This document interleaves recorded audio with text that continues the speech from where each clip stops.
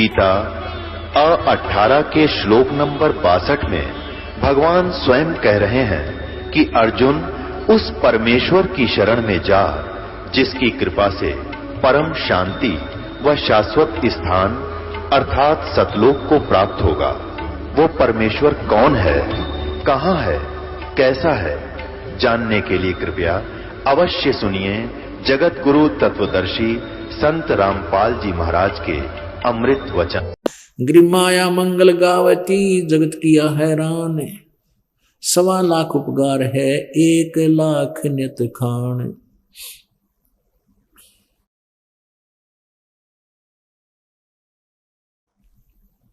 ऐसी दूती जोगनी जगत किया बैरून, आन अटक मान नहीं ये माया चढ़ी खून।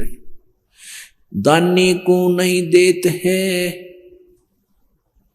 नहीं राखे वर्ष करोड़े, माया चाली सोम को बंधी सोम गल डोरे।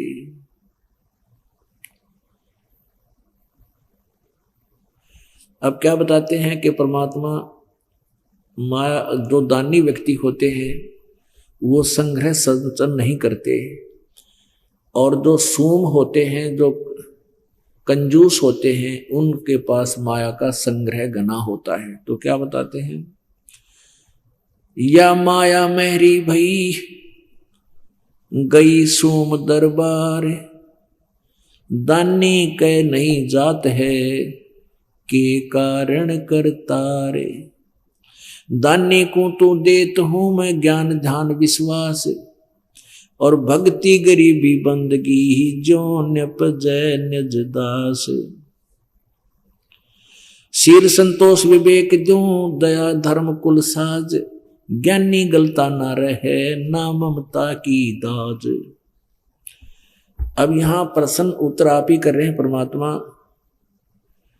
के, हे परमात्मा या माया जो है दान करने वाले भगत के घर पे, दानी के घर इतनी माया जैसे औरों के पास होती है, लोग दिखावा करते हैं, तो भक्ति से परिचित व्यक्ति इस माया के घना पीछे नहीं लगता।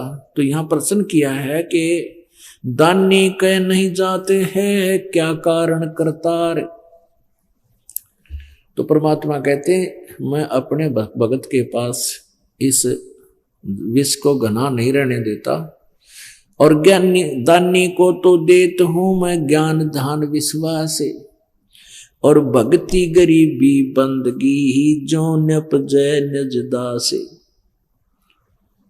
कहते हैं अपने जो दान करते हैं उनको भक्ति गरीबी आधीनी और भक्ति गरीब बंदगी देता हूं ताकि मेरी आत्मा इस काल के जाल से निकल सके। और माया तो इस जीव की बेड़ी है, गले पैरों में पड़ जाती है। शील संतोष विवेक दो दया धर्म कुल साज, यानी भक्त को तो मैं शील संतोष विवेक, विवेक क्या बताते हैं कि जैसे यही विवेक है भाई माया परमात्मा साईं इतना दीजिए जिसमें कुटुंब समावे, हम भी भूखे ना रहे अतिथि ना भूखा जावे।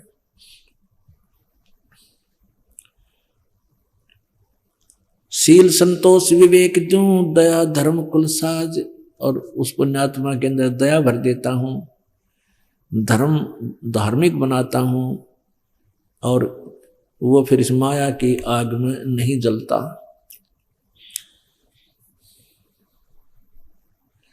माया प्रत्यक्ष काल है ये माया प्रत्यक्ष देव, और माया राजक राम है भोजन जोगी सेव।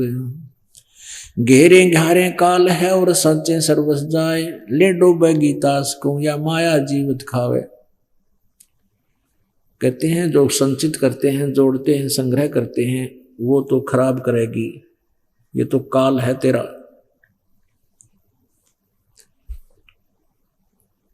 भक्ति में स्नान करे आगे से मत रोक, चलती को तू चलन दे हंसा पावे मोख। साच बाच कर क्या कह रहे ये मुक्ता रहना संत, भोजन जोगी लीजिए या के बड़े बड़े दंत।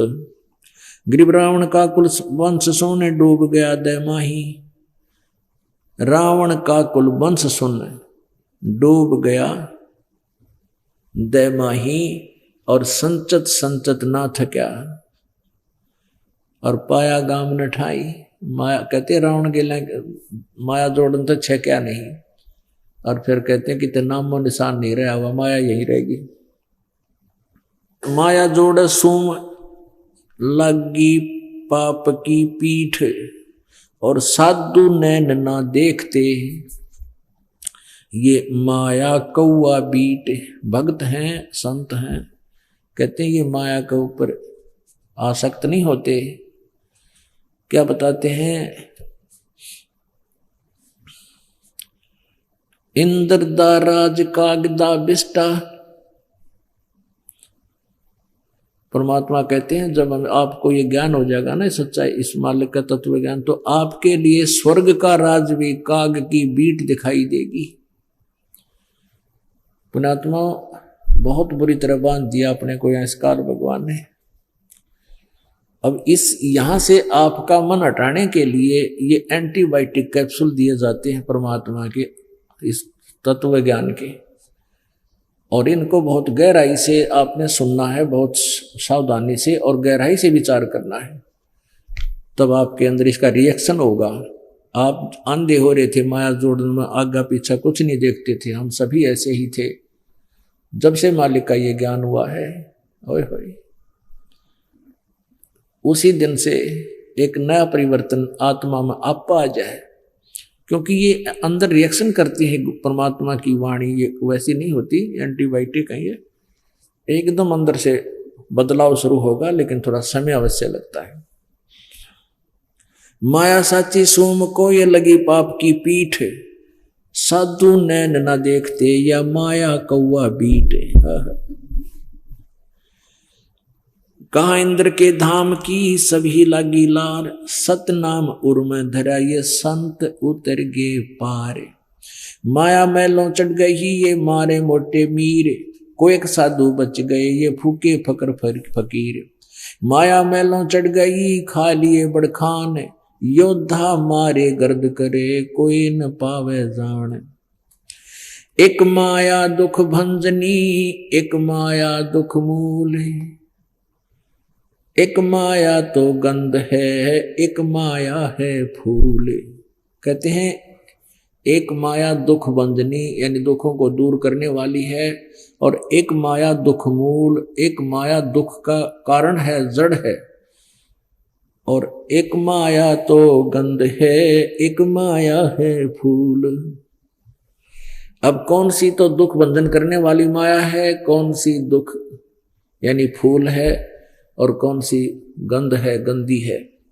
दान माया दुख भंजनी जोड़त है दुख मूल, अब है अंतर की गंध है या दिखत की है फूल।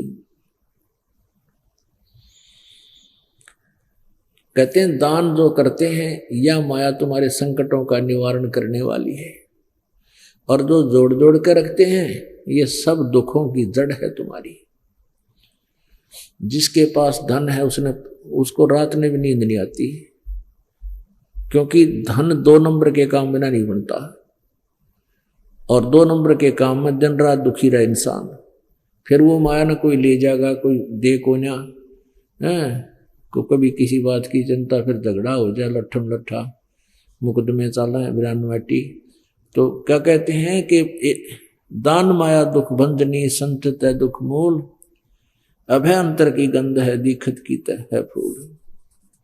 माया सर्वस्मान है माया सर्वस मध्य, दास गरीब सतगुरु कहें यह तजो काल की हद, यानी काल की हद इसकी बाउंड्री से बाहर चलो जब सुख होगा।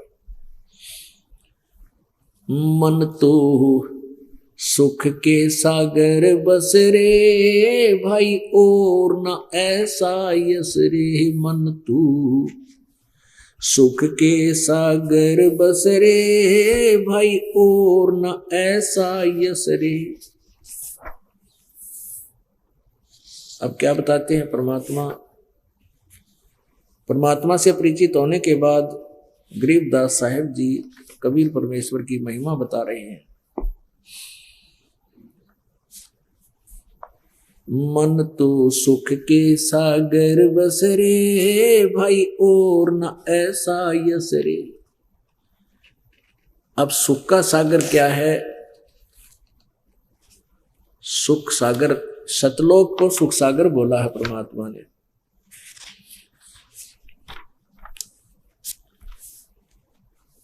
सतलोक को सुख सागर कहा है कि जैसे सुख सागर की डेफिनेशन बताई है, शंखों लहर मेहर की उपजे कहर नहीं जा कोई, दास गरीब अचल अविनाशी सुख का सागर सोई।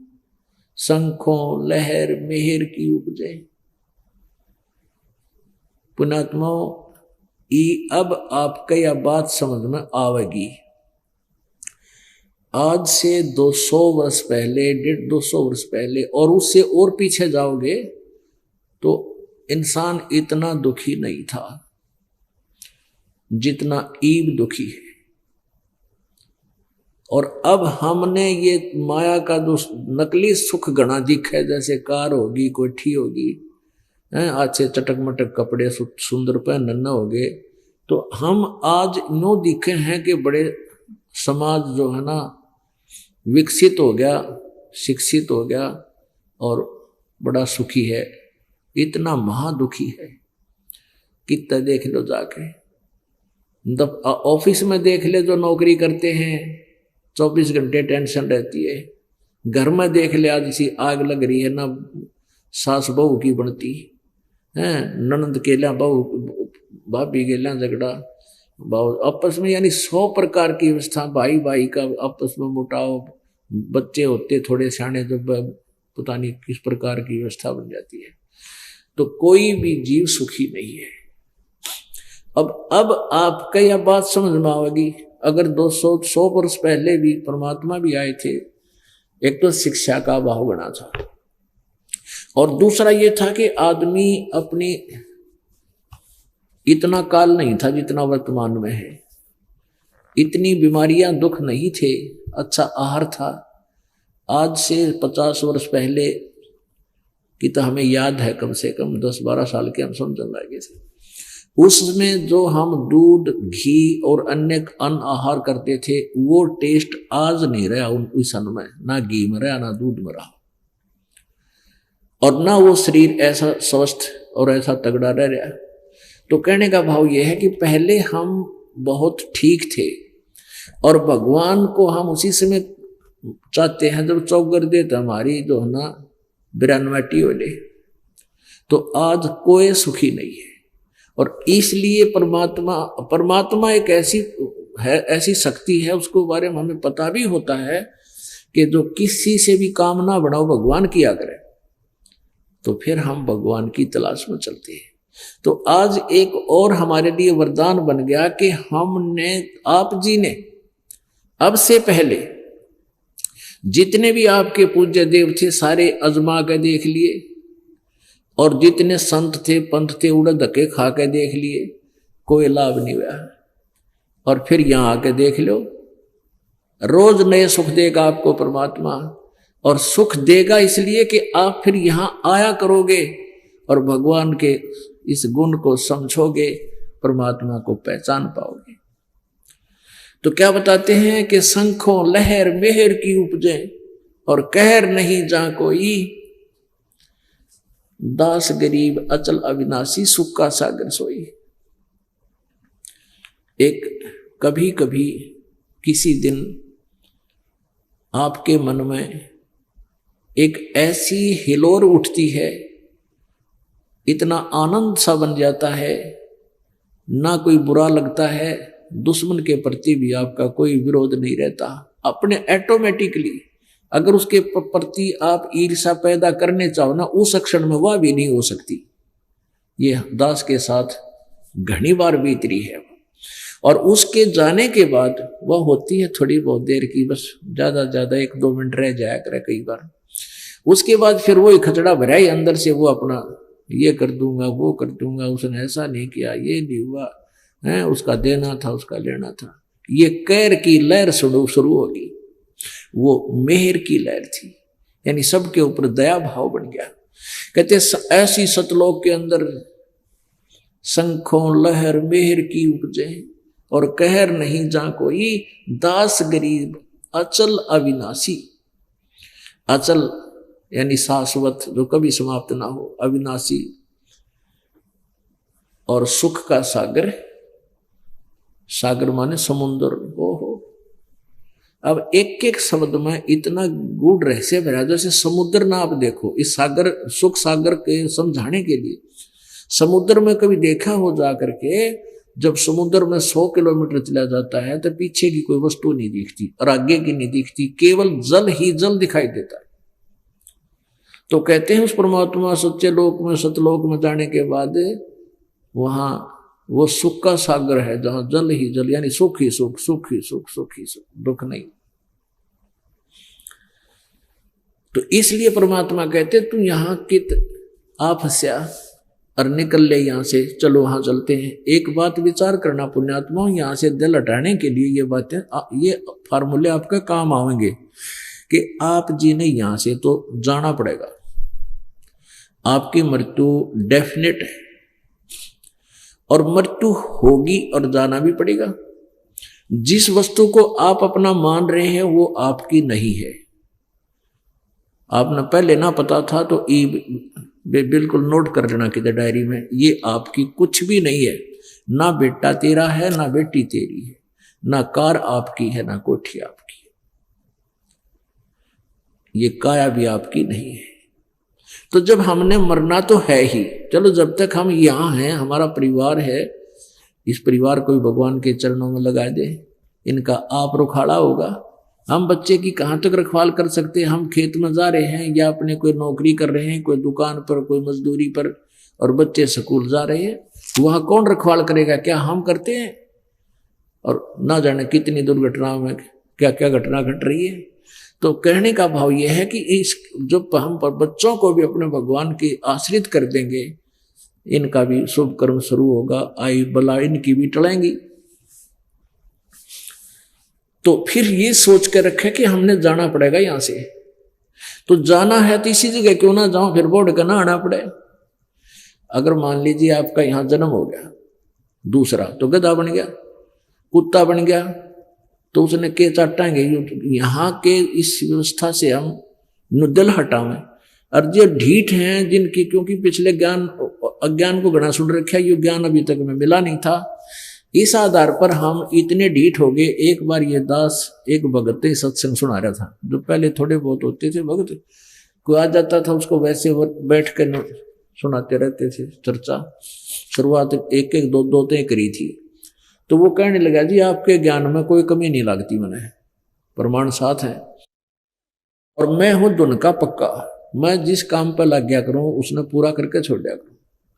और यो ज्ञान आज से पहले आपसे पहले किसी ने नहीं बताया। और मन ने इस बात का डर लग गया कि जब मैं भक्ति कर कर वहां पहुंच जाऊं, सतलोक में कोई भी ना पावे, तो मैं योग आपकी भक्ति करूं को ना, या जो आप बता रहे हो। मैं बोला क्यों ना करे, ना कतिये कौन करूं, मैं नहीं जाऊंगा क्योंकि मैं अकेला चला गया तो वहां दिक्कत हो जाएगी। मैं बोला तू यहां मर गया और मरने के बाद तू गधा बन गया, कुत्ता बन गया, यहाँ के टिड्डे लेगा। नो बोला कोई बात ना, घूमते फिरते दिखे जाएंगे, जी लगा रहेगा। यानी गधे कुत्ते बन के आंडना या धक्के खाना मंजूर है। क्यों? क्योंकि जी लगा रहेगा, देखते रहेंगे एक दूसरे को।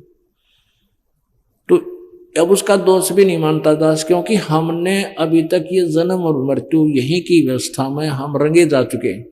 अब इन एंटीबायोटिक से, इस यथार्थ ज्ञान से फिर यहां से मन हटेगा, और यहां से मन हट लेगा तब हम वहां हमारा अगला पैर जागा, नहीं तो नहीं जाएगा। यहां से हट लेगा तब हमारी वहां सुरती दिन रात वहीं रहेगी। हे भगवान यहां जन्म ना देना, हे परमात्मा यहां जन्म ना देना, क्योंकि जन्म होते ही फिर वह बीमारी शुरू। मान ले मनुष्य भी बन गए, अच्छी भक्ति कर रहे हैं और पार हुए कोई ना, फिर वही जन्म होते ही इतना बड़ा बिस्ता, ये बैग कमर पर जा स्कूल में, वहां ना कुछ याद होता, दे मास्टर डंडम डंडा, फिर पढ़ लिए, चलो फिर कोई नौकरी लगी नहीं, धक्के खानता अंडा, पैर पर पीटता अंडा, कोई बालक, फिर बच्चे हो गए, कोई मर गया, कोई जी गया, यानी ये प्रोसीजर फिर शुरू। इसका अंत तक हो ना, अब अंत होगा। अब क्या बताते हैं परमात्मा, कहते हैं तू यहां जो इन सुखों को तो सुख मानकर यहां जकड़ा हुआ है उसके विषय बताते हैं। मन तू सुख के सागर बस रे भाई और न ऐसा यश रे। यानी तू यहां महिमा बनाना चाहता है, कोई जैसे 2 कोठी बना ली बढ़िया है, आसपास के गांव में नगर में चर्चा होगी, बड़ा पैसे वाला आदमी बन गई महिमा। फिर कोई राजनेता हो गया है और कोई अच्छा एक आधा कोई काम कर दिया, फिर वहां यश हो गया, और फिर उसका बना दिया कोई स्टैच्यू, और वो स्टैच्यू तो बना रखा है। यहाँ तो लोग साल भर में उसकी एक बार कोई जन्मदिन मना ले, है वो बन रहा हो कुत्ता, और स्टैच्यू पे मूठ का जा अपने पे, या कौवा बन के ऊपर बीट करे उससे पे बैठ के, तो के महिमा हुई, के यश हुआ। ये वो उधर गधा बना हुआ है और उसका जन्मदिन मनाया जा रहा है यहाँ पर एक महान नेता होने के कारण। तो परमात्मा कहते इन बातें, इन ज्ञान, क्योंकि हमने वो ज्ञान सुन रखा है उसी में हम रंगे पड़े हैं, अब इसको सुनोगे तो वो जल्दी उतर जाएगा क्योंकि तो कच्चा रंग है। तो क्या बताते हैं, मन तू बस रे सुख के सागर जहां शब्द सिंधु रत्नागर।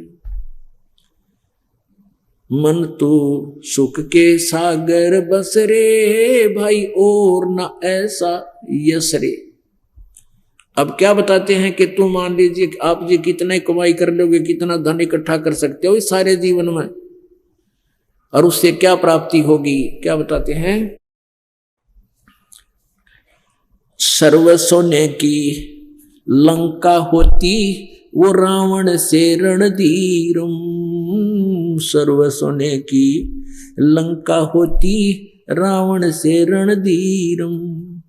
एक पलक में राज बिराजी वो जम के पड़े जंजीरम। मन तू सुख के सागर बस रे भाई और न ऐसा यश रे। मन तू सुख के सागर बस रे भाई और न ऐसा यश रे। उदय अस्त बीच चक्र चले थे ऐसी जन ठकुराई। उदय अस्त बीच चक्र चले थे ऐसी जन ठकुराई। चुन कर शिशुवर कल्प करी तब खोज न पाया राई। मन तू सुख के सागर बस रे भाई और न ऐसा यश रे। मन तू सुख के सागर बस रे भाई और न ऐसा यश रे।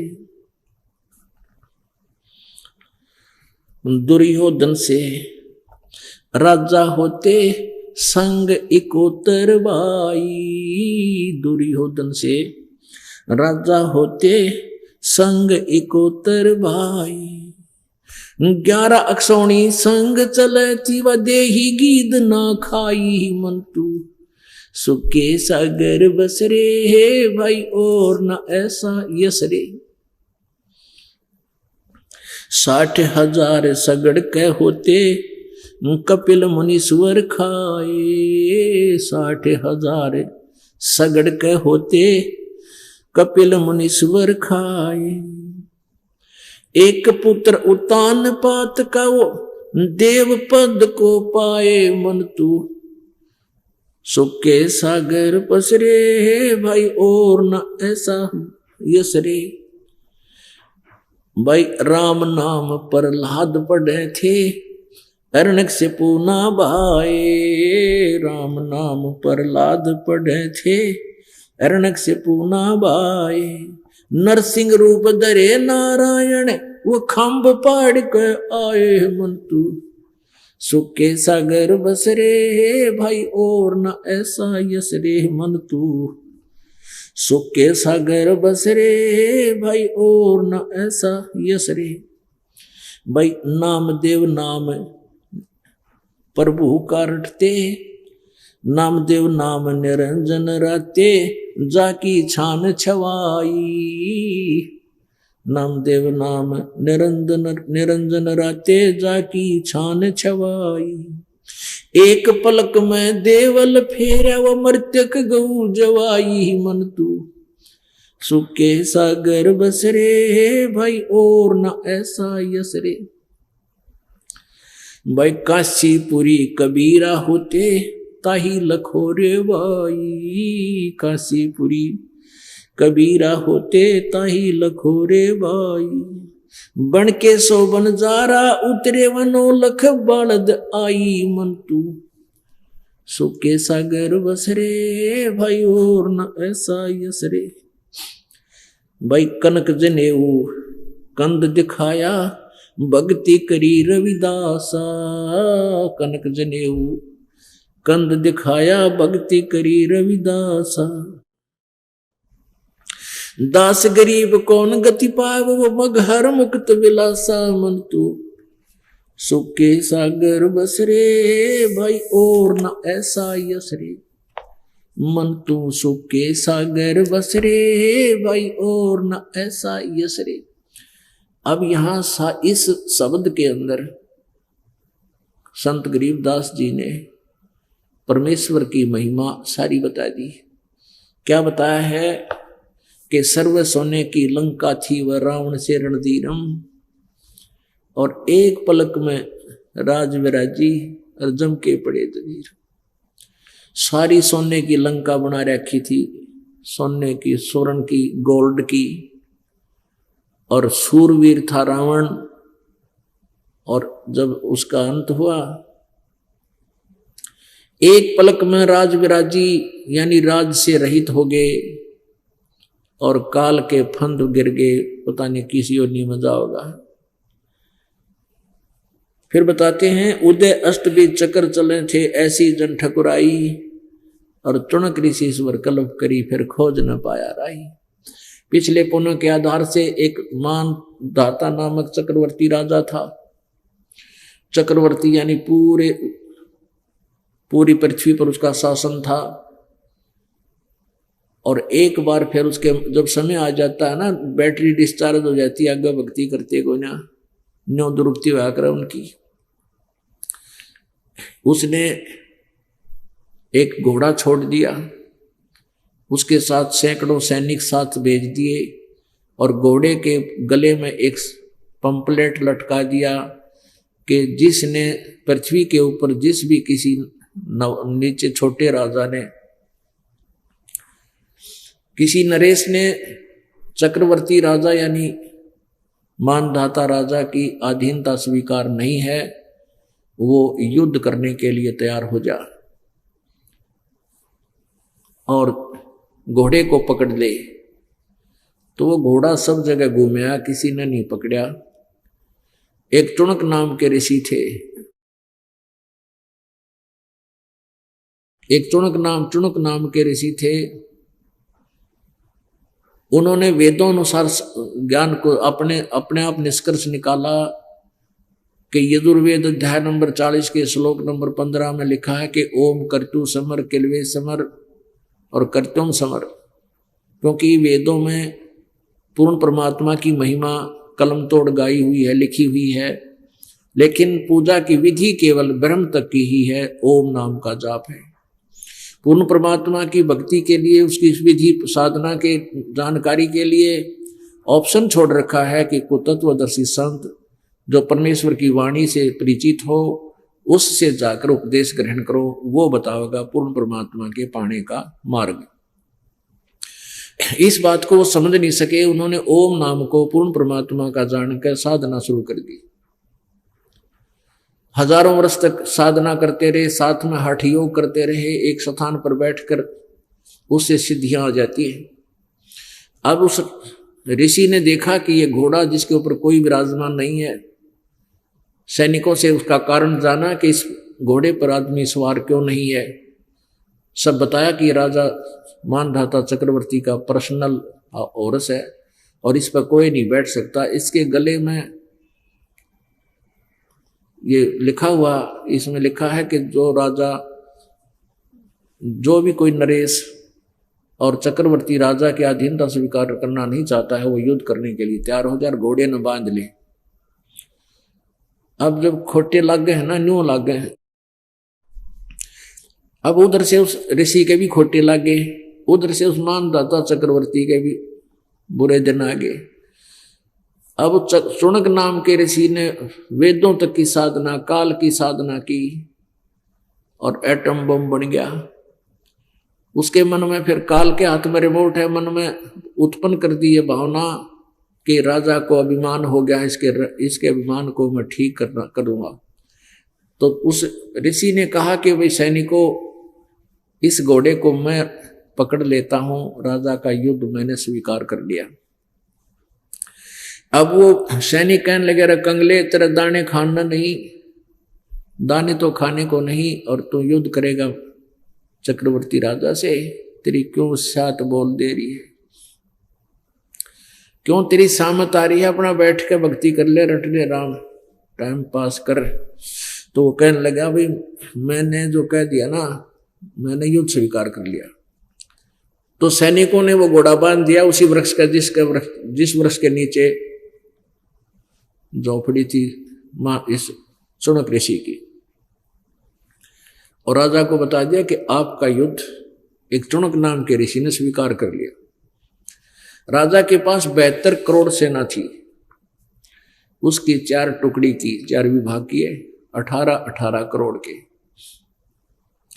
एक टुकड़ी को भेज दिया एक आदमी को मारने के लिए, यानी औरों को भी खौफ हो जाए, कोई काल ने और शीश ना उठावा, ये चाणक्य नीति होती है।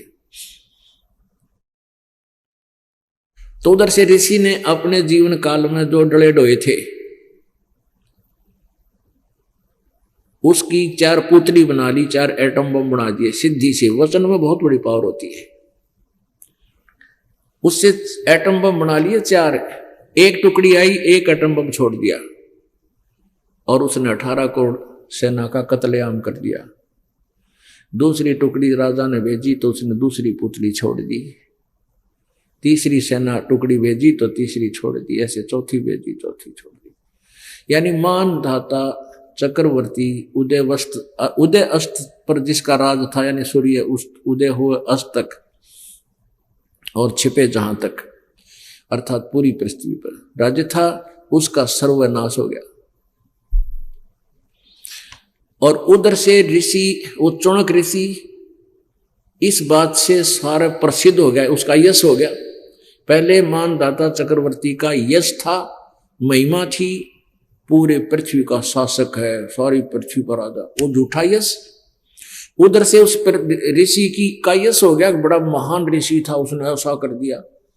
अब इस महान ऋषि की विरानमटी होगी, शुक्र होगी कि जब तक यहाँ क्या है, जब तक इस परमात्मा कबीर जी की साधना हमें प्राप्त नहीं होती, यथार्थ मार्ग नहीं मिलता, तब तक हम वेदानुसार, गीतानुसार जैसा भी साधना करते हैं और जैसे पुण्य पाप करते हैं, वो दोनों ही अकाउंट खुले रहते हैं। बुरे जो पाप हैं वो बैड अकाउंट में, और पुण्य है या भक्ति है वो गुड अकाउंट में, दोनों जमा हो जाते हैं। और इस प्राणी को दोनों ही भोगने पड़ते हैं। अभी तक आपने सुना था जैसे कर्म करेगा वैसे फल देगा भगवान, यहां का इतना नियम था। ये ना तो पाप काट सकते थे, ना पुण्यों में कम बत्ती कर सकते थे। पुण्य भी आपको पूरे देते हैं, जैसे आज देख रहे हो कोई अच्छे पोस्ट है, किसी के पास घना धन है, हेलीकॉप्टर में घूमते हैं, कोई कारा में चलते हैं, ये उनके पुण्य हैं और सारे ही देगा। और सत भक्ति नहीं कर रहे तो पाप की गठड़ी रोज एक बांध लेते हैं, एक गठड़, एक पोटली, यानी पृथ्वी ऊपर पग जो धारे, करोड़ जीव एक दिन में मारे। अपने पेट धंधे के लिए एक दिन में कहते हैं करोड़ों जीवों की हिंसा करके ये जीव विश्राम पाता है, वो बैड अकाउंट में। और पुण्य कोई बढ़ नहीं पाता, क्योंकि शास्त्र विधि को त्याग कर जो मनमानी पूजाएं करते हैं उनसे पुण्य नहीं हो सकता। पुण्य करने के लिए एक विशेष व्यवस्था करनी पड़ती है। तो जैसा भी वो पुण्य करने के लिए थोड़ा समय, जैसे पहले हम के पुण्य कराया करते, एक बार सालासर चले गए हनुमान जी की पूजा करने साल में, और मंगलवार के दिन 100 रुपये की बूंदी बांट देते हैं। थोड़ी धार्मिकता थी, कभी ऊपर चिड़िया को टूक डाल देते, कभी दाने डाल देते, इतने काम कराया करते। तो वो जो पुण्य थोड़े बहुत हम मानते थे, वो तो हमारे इतने, और पाप सारा दिन गठड़ी बांध ले, चाहे पूरी मालगाड़ी भर ले। तो कहने का भाव यह है कि उस ऋषि ने जो पुण्य किए थे वो भी भोगेगा, स्वर्ग में चला गया, महास्वर्ग में चला गया इस ओम नाम के जाप से, ब्रह्म के साधन। वहां भी कहते गीता जी अध्याय नंबर 8 के श्लोक नंबर 16 में कहा कि ब्रह्मलोक पर्यंत, यानी ब्रह्मलोक तक जितने भी लोग हैं वहां गए हुए प्राणी फिर पुनर्जन्म में आते। तो इस ऋषि ने जो 18 करोड़ 72 करोड़ सेना का नाश करा, अब चाहे तो कोई हथियार तो मार दे, चाहे कोई अपने शराब तो मार दे, दोनों का पाप बराबर है। अपनी सिद्धि शक्ति से मार दे, उसके पास वही हथियार है, तो दोनों का पाप बराबर है। तो फिर ये ऋषि अपने पुण्य पूरे कर लेगा, वहां पर खत्म कर देगा, फिर ये चुनक ऋषि कुत्ता बनेगा और इसके सिर में जख्म होगा और वो जितने सैनिक मारे हुए कीड़े बनकर इसको नोच नोच के खाएंगे। तो यहां परमात्मा एक के तीर में कई शिकार कर रहे हैं।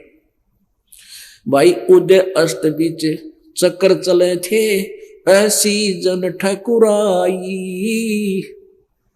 उदय अस्त बीच चक्कर चले थे, ऐसी जन ठकुराई। चौणक ऋषि स्वर कल्प करी, तब खोज न पाया राई। मन तू सुख के सागर बस रे, भाई और ना ऐसा यश रे। यहाँ के झूठे यश हैं, झूठी महिमाएं हैं, कहते यहां से पीछा छुटवा ले।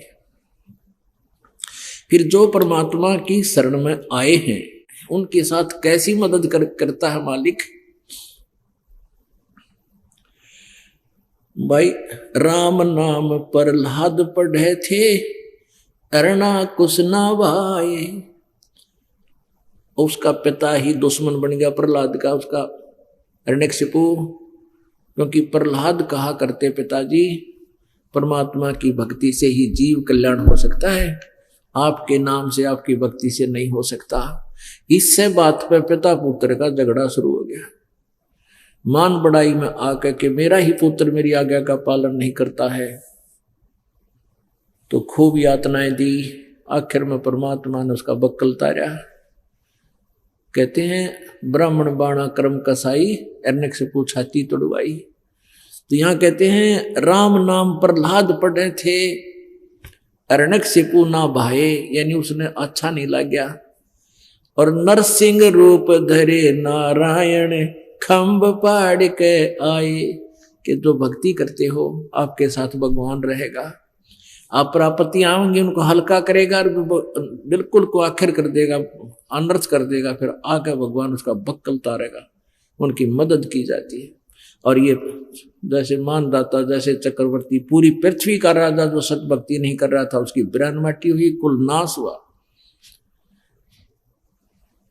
ये डिफरेंशिएट कर रहे हैं हम कि यहाँ के सुख को और भक्ति नहीं करते उन व्यक्तियों का, और जो साधना सच करते हैं उन भक्तों की में कितना अंतर होता चला जाएगा। नामदेव नाम निरंजन राते, जाकी छान छवाई। नामदेव जी कहते हैं परमात्मा की भक्ति किया करते थे, तो उसके साथ कैसी लीला की परमात्मा ने। नामदेव नाम निरंजन राते, जाकी छान छवाई। एक पलक में मंदिर फेरा, व मर्त्यक गौ जवाई। मन तू सुके सागर बसरे, भाई और न ऐसा यसरे। अभी नामदेव जी के बारे में आपको बताया था। नामदेव जी इस रोहिला कास्ट में, छिपा जाति में, छिम्बी बोले हमारे का ना, छिम्बी जाति में इनका जन्म था। ये पूर्व संस्कार के बहुत अच्छे, पूर्व जन्म के बहुत पुण्यकर्मी प्राणी थे, और जिनके पिछले जन्म के संस्कार होते हैं भक्ति के, वो डटे नहीं डटा करते, उनके अंदर वो अपने आप अंगड़ाई लेती है वह भक्ति। परमात्मा स्वयं कबीर जी भी जगह जगह आते हैं, रूपांतर कर लेते हैं भक्ति की स्थिति बनाए रखने के लिए। और काल भगवान चाहता है कि ये भक्ति नाश हो जाए, भगवान में आस्था किसी की रह नहीं, ये गलत साधनाएं करें, शास्त्र विधि त्याग कर मनमानी पूजाएं करके ये जीव, ये मनुष्य परमात्मा के लाभ से वंचित रहे और इनके मन में भगवान की आस्था हट जा, ये नास्तिक हो जाए। जैसे पूरा चीन नास्तिक हो गया, चीन कंट्री, उधर से रूस नास्तिक हो गया। पहले सभी धार्मिक थे और चीन जो है महात्मा बुद्ध का अनुयायी था। उनके द्वारा बताए गए साधन भक्ति से किसी को लाभ हुआ कोई आध्यात्मिक, तो उन्होंने यही मान लिया कि भक्ति तो अपने ही कर्म से हम करके दो हाथों से वही लाभ उठा सकते हैं, परमात्मा कोई लाभ नहीं देता और काल यही चाव है। तो ऐसे ये काल हमारे साथ ठगी कर रहा है। तो परमात्मा कबीर परमेश्वर जी स्वयं आते हैं और अपनी महिमा बनाकर चले जाते हैं, ताकि जब तक ये कलयुग ये समय है वो जिसके लिए भगवान आते रहे, यही वेद प्रमाण देते हैं। और अपनी भगवान की सतीथि के परमात्मा कुछ कर सकता है, सब कुछ कर सकता है, अनहोनी कर सकता है, होनी कर सकता है, अनहोनी को होनी कर सकता है, और तभी हमारी आस्था भगवान में बनी रहती है। तो नामदेव जी ने परमात्मा कबीर जी से उपदेश लेने से पहले, और पुरानी संस्कार से जैसे हम कोई गुरु नहीं बना रखा था, फिर भी इतनी धार्मिकता थी, भगवान की मंत्र करते थे सुबह से हम, जो भी जैसा याद था, श्रद्धा थी पूरी। ऐसे नामदेव जी में एक बार एक मंदिर में आरती चल रही थी और नामदेव जी, और उस समय क्या था कि उस मंदिर में ब्राह्मणों के अतिरिक्त किसी अन्य को प्रवेश नहीं होने दिया जाता था। मंदिर में आरती चल रही थी, घंटियां बज रही थी और नामदेव जी किसी कामवश उस मंदिर के पास से गुजर रहे थे। वो इतने विभोर हो गए भगवान की भक्ति में, वो आरती गान लग गए और हाथ में जूते निकाल कर घंटी बना ली, घंटी बजाने लगे और बजाते बजाते उन मंदिर में चढ़ गए और उन ब्राह्मणों की अंदर से घुसते हुए और मूर्ति के सामने खड़े होकर ऐसे वो जूतों से घंटी बजाने लगे मंदिर में। अब ब्राह्मणों ने उसका पकड़ कर, उस पुजारी ने पकड़ कर उसको और मंदिर के पीछे पटक दिया कि इसने हमारा भट्ठा बैठा दिया, भ्रष्ट कर दिए, इसने जूतों समेत आ गया, ये दूसरी जाति का, छोटी जाति का। अब नामदेव जी पीछे धक्का दिया, पीछे बैक साइड में पड़ गए और पड़े पड़े भी उस भगवान की आरती गा रहे हैं और वह घंटी बजा रहे हैं जूतों से। परमात्मा ने उस मंदिर का मुंह, परमेश्वर ने उस मंदिर का मुंह नामदेव जी की तरफ कर दिया और वो पंडित पिछला काना घंटी पीटे, बैक साइड होगी। अब परमात्मा का नाम लेने से, कबीर जी की शरण में आने से पहले भी नामदेव जी साधना करते थे।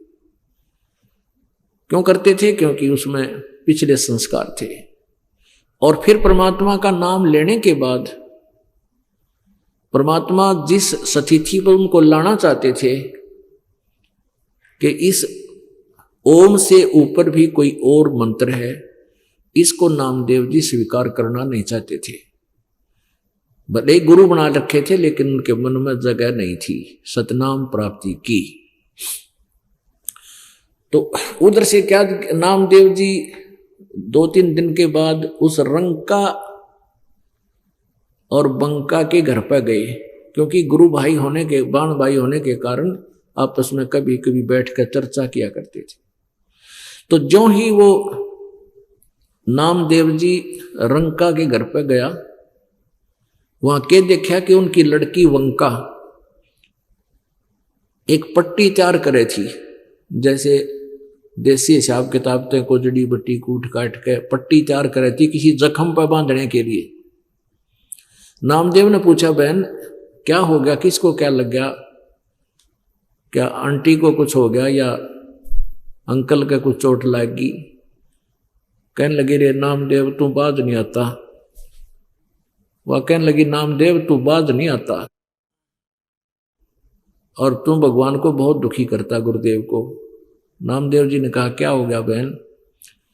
कि तूने वहां के जरूरत थी उस मंदिर में बड़न की, वो ब्राह्मणा के बीच में है, परमात्मा ने तेरे लिए वो मंदिर फेरा, तेरी तरफ तो मुंह करया गुरुजी ने और उनकी तरफ पीठ करी। नो कैसे करा गुरुजी ने कहा, उनके भाई हाथ का चोट लाग गई।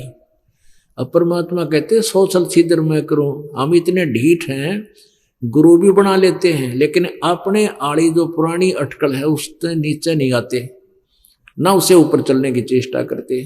तो परमात्मा 100 तरह के तरीके अपना के उस काल के गढ़ को हटाता उसके दिल से। नामदेव जी के मन में इसी प्रकार आस्था बनानी थी। तो कहने लगे रे आए सचमुच गुरु जी का चोट लगी, एक और घनी चोट लगी भाई जा देख का। नामदेव जी गया उस गुरु जी के पास, गुरु जी के वह भी लड़की भी साथ गई, पूरा जख्म हो रहा हाथा में और लड़की ने दोनों हाथा के पट्टी बांध दी। नामदेव जी चरणों में पड़ गए, नो बोले गुरुदेव माफ कर दो मुझ पापी ने, मैं तेने सोचू था मेरी भक्ति है तो सब कुछ हो रहा है, आप तो मेरे साथ चल रहे हो। तो परमात्मा ने कहा बेटा ये हो भी सकता था, करा तो मैंने ही है लेकिन तेरी भक्ति से ही, लेकिन ये पूर्व जन्म की भक्ति है, भविष्य की भक्ति तेरी कति नहीं बन रही। इस ओम के ऊपर एक और मंत्र है, उस मंत्र से और लाभ होगा बेटा, वो प्राप्त करे। तब नामदेव जी ने कहा प्रभु जैसे आप कहोगे मैं वैसे ही कर लूंगा, मैं बहुत दुष्ट हूं, मैंने बहुत गलती कर दी, आपको बहुत तंग कर दिया। तो उसके बारे में गरीबदास जी ने अपनी वाणी में लिखा है, कबीर परमेश्वर से परिचित होने के उपरांत नामा छिपा ओम तारी पीछे सो हम भेद बिचारी, सार शब्द पाया जद लोई आवागमन बहुर ना होई। नामदेव जी छिपी जाति में थे, कहते नामा छिपा ओम तारी, ओम पर ही आरूढ़ हो रहा था वो, और पीछे उस दूसरे मंत्र का भेद विचारा, जो सतनाम में 2 मंत्र होते और उनसे भी काम नहीं चलता। कहते सार शब्द पाया जद लोई आवागमन बोड़ ना होई, यानी सार शब्द फिर उसको प्राप्त हुआ। तो इस 2 मंत्र से ऊपर फिर एक सार नाम होता है। तो कहने का भाव यह पुण्यात्माओं की यहां का जो सुख है ये नकली सुख है, जो ओरिजिनल सुख है सतलोक में है, और उसको प्राप्ति का अब विधि भी और साधन पूरा आपको प्राप्त होगा। और जो पुण्यात्मा है उनको, जो काफी समय से भगवान को समझ चुके हैं, लगे हुए हैं, उनको वो मार्ग प्राप्त हो चुका है। तो अब इसमें इस प्रकार की जो वचन मालिके हैं इनको याद रखना है, और ये आपका एक गायत्री मंत्र बन जावे। गायत्री मंत्र का अर्थ होता है जो हमारे हरदम मन में उसका उच्चारण गायन बनता रहे, तो मतलब वो याद रहे, वो चीज रह रहकर। मंत्र तो हमने और जपना है लेकिन ये एक फार्मूले याद रहे। क्या? मन तो सुख के सागर बस रे भाई और न ऐसा यस रे। फिर दूसरी बात के याद रहे भाई, सर्व सोने की लंका होती वो रावण से रणधीरम।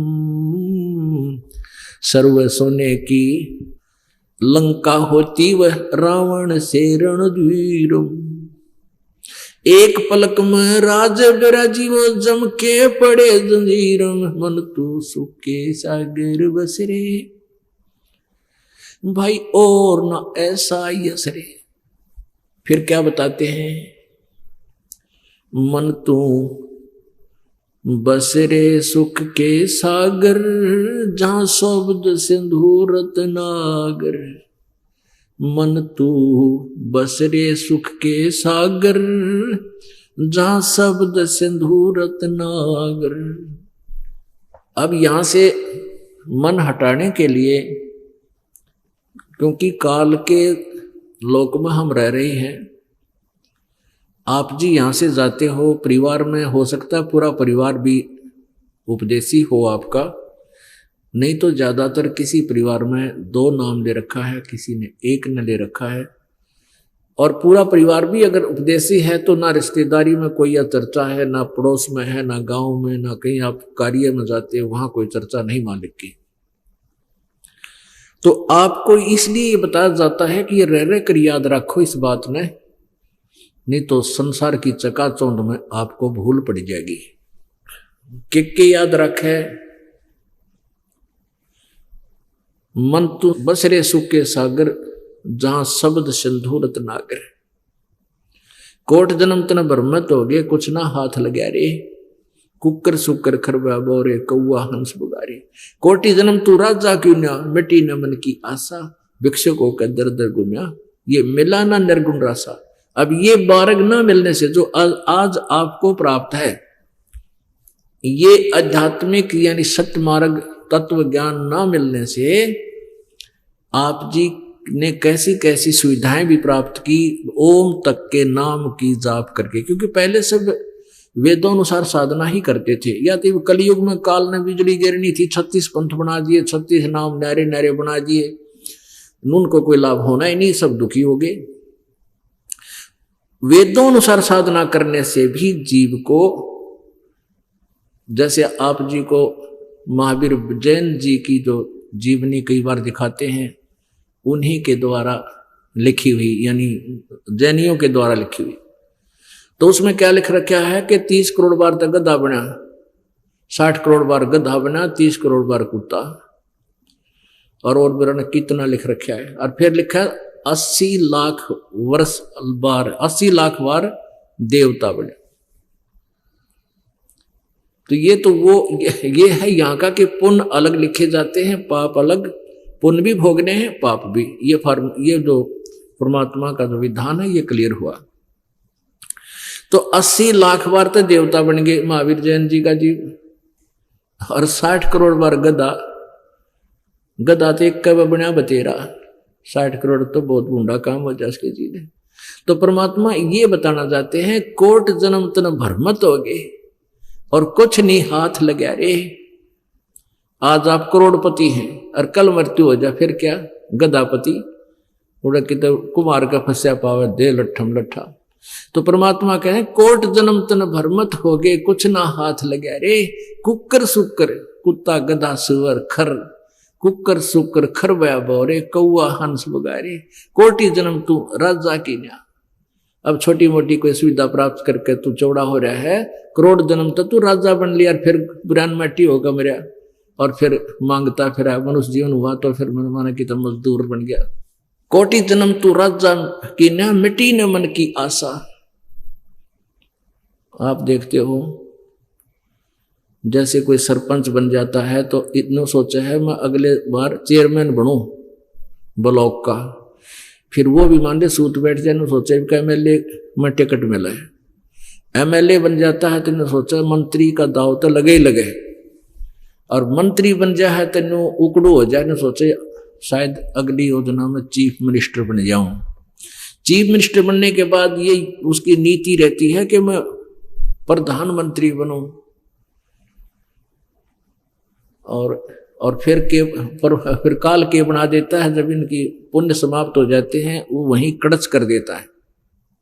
जैसे पीछे आपने पढ़ा था आंध्र प्रदेश का मुख्यमंत्री जी हेलीकॉप्टर से क्रैश हो गया, 3 दिन में तो उसकी लाश पाई थी कि बड़े आशा हो, और उनकी पता नहीं क्या क्या आशाएं थी। बात ये नहीं है कि आप ना मरोगे हम ना मरांगे, लेकिन हम मरांगे तो लेकिन भक्ति की गिठड़ी बांध के ले जाएंगे संग्रह करके, हम खाली नहीं जावांगे।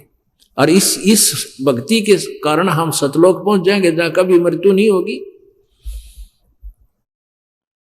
कहते हैं कोटि जन्म तू राजा की न, मिटी न मन की आशा, नहीं यूं कर दूंगा यूं कर दूंगा, और फिर इतने टिकट ले जो करना था वो छेड़े भी, वो शुरुआत भी ना करी जो करना चाहिए था मनुष्य जीवन से। बात ये नहीं है कि हम संसारिक काम ना करा, नहीं, इस काम में संसारिक कार्य में एक इंपॉर्टेंट वर्क, एक सब्जेक्ट और लगाना पड़ेगा इस भक्ति और भगवान का। तो कहते हैं कोट जन्म तू राजा की न, मिटी न मन की आशा, भिक्षुक होकर दर दर गो मिला नी निर्गुण ऐसा। यानी ऐसी भी साधना तूने कर ली कि एक बार नगरी से भिक्षा मांग लिया और उसको जाकर रख लिया, खाली वो खाली, अगले दिन के लिए वृक्ष का टांग दिया करते रोटियां कपड़े में बांध के बस सूख जाती थी, खराब नहीं होती तो सूख जाती है। तो अगले दिन मांगने नहीं जाते थे, अगले दिन उनको भिगो के पानी में खा लेते थे। और भजन जो साधना उनको प्राप्त थी वो यथार्थ नहीं थी, यानी अन्य साधना जो सत्य नाम को छोड़कर जो भी साधना करते हैं वो तुम करके कहते हैं भिक्षुकों के दर दर घूम लिया, ये मिला नहीं निर्गुण रासा। अब उन साधनाओं से जैसे स्वर्ग चला गया, स्वर्ग से फिर आ गया, अपने कर्म समाप्त करके पुण्य समाप्त करके फिर पाप कर्म के आधार पर पशु बन गया। कहते मिला ना निर्गुण रासा, यानी ये मार्ग नहीं मिला तुझे। इसके ना मिलने से इंद्र कुबेर ईश की पदवी ब्रह्मा वरुण धर्मराया और विष्णु नाथ के लोक को जाकर तो फिर भी उल्टा आया। असंग धर्म तन मर्त्या हो गए, जीवित क्यों नाम रह रे, और 12 मद महल मठ भोरे भोर ना दे धरे रे। अभी तक आप जी ने 10वां द्वार सुना था परमात्मा की वाणी में, 12वां द्वार को पार करके हम सतलोक में जाएंगे। अब पुण्यात्माओं, अब 12वां द्वार बताया जाता है तो एकदम झटका लगे। पुण्यात्मा तो इस चीज से प्रभावित होते हैं कि हमने तो आज तक 10वां द्वार सुना था, तो 12वां द्वार परमात्मा की वाणी और ये संत बता रहे हैं तो भी बहुत अच्छी बात है, क्योंकि दास जो बताएगा वो अपने सदग्रंथों में लिखी होगी और जो सदग्रंथों में लिखी वो फाइनल होगी। तो हमने 10वां द्वार सुना था। 10वां द्वार तो काल के लोक में ही रहने का है।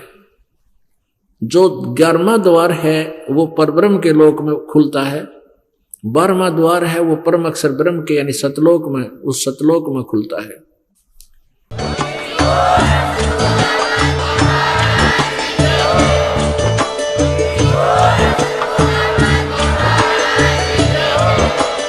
आप सुन रहे थे जगत गुरु तत्वदर्शी संत रामपाल जी महाराज जी के मंगल प्रवचन। अधिक जानकारी के लिए विजिट कीजिए हमारी वेबसाइट www.jagatgururampalji.org। संत रामपाल जी महाराज जी के शुभ आशीर्वाद से पूरे विश्व भर में 500 से भी ज्यादा नाम दीक्षा केंद्र हैं, जिन पर संत रामपाल जी महाराज जी द्वारा ऑनलाइन निशुल्क नाम दीक्षा दी जा रही है। अपने नजदीकी नाम दीक्षा केंद्र का पता करने के लिए संपर्क करें 8222880541।